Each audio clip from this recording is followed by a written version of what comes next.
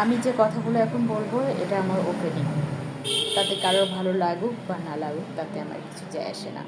আমার অনেক ভাইয়াদের ভালো নাও লাগতে পারে, আবার অনেক ভাইয়েরা হয়তো আমার সঙ্গে একমত পোষণ করতে পারে। যাদের মনুষ্যত্ব বোধ আছে তারা অবশ্যই আমার কথার সঙ্গে একমত পোষণ করবেন আমি জানি। বাট আমি খুব বেশি শিক্ষিত না, অনেক সুন্দর করে গুছিয়ে আপনাদের মতো এত সুন্দর করে কথাও বলতে পারি না, আমি খুব অগোছালো কথাবার্তা বলি। তো যদি ভুল ত্রুটি হয় আমাকে আপনারা ক্ষমা সুন্দর দৃষ্টিতে দেখবেন। নারীরা আসলে কোথাও নিরাপদ না, সেটা হচ্ছে বাসায়, বাড়িতে, নিজের বাড়িতে, অফিসে, যেখানেই বলেন না কেন। সমাজে কিছু রক্তচক্ষু, রক্ত শোষক, যারা রক্ত চুষে খায়, নারী পিপাসু কিছু লোক আছে, কিছু অমানুষ আছে, এরা নারীদেরকে দেখলেই আর ঠিক থাকতে পারে না। একটা নারী যদি তার অফিসে এসে একটু রেস্ট নেয়, সেখানে যদি একটু তার খারাপ লাগছে, সে যদি একটু রেস্ট নিতেই চায়, চোখটা বন্ধ করে থাকে, তাহলে ওই যে শকুনির চোখ থাকে কিন্তু ওই মাংসের টুকরার উপরে, যে কখন যে মাংসের টুকরাটা মুখে নেব। বুঝতে পেরেছেন? আমরা নারীরা এতটাই অসহায়। তো যখন ওই শকুনটা আবার বলে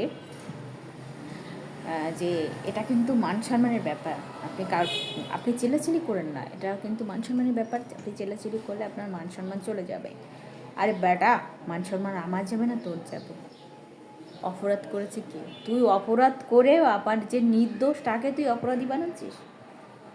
থাপড়ায় মন চায় না দাঁতের 32টা দাঁত, তোর গালের দাঁত সব ফেলে দিই।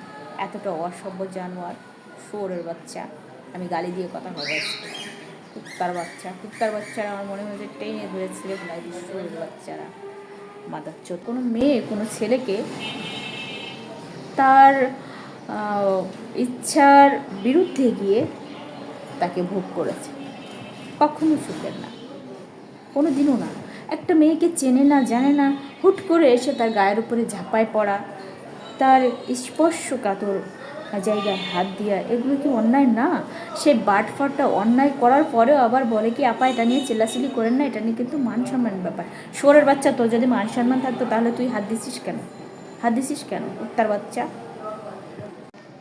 যে একটা মেয়েকে শারীরিক নির্যাতন করে বা ভোগ করে তার মনের ইচ্ছার বিরুদ্ধে গিয়ে, সে কখনো স্বীকার করে না যে হ্যাঁ আমি অন্যায় করেছি। সে বলে এটা মান সম্মানের ব্যাপার, চিল্লাচিল্লি করো না, এটা যদি তুমি বলো তাহলে তোমার মান সম্মান যাবে। হ্যাঁ, আমার মান সম্মান কিসে যাবে?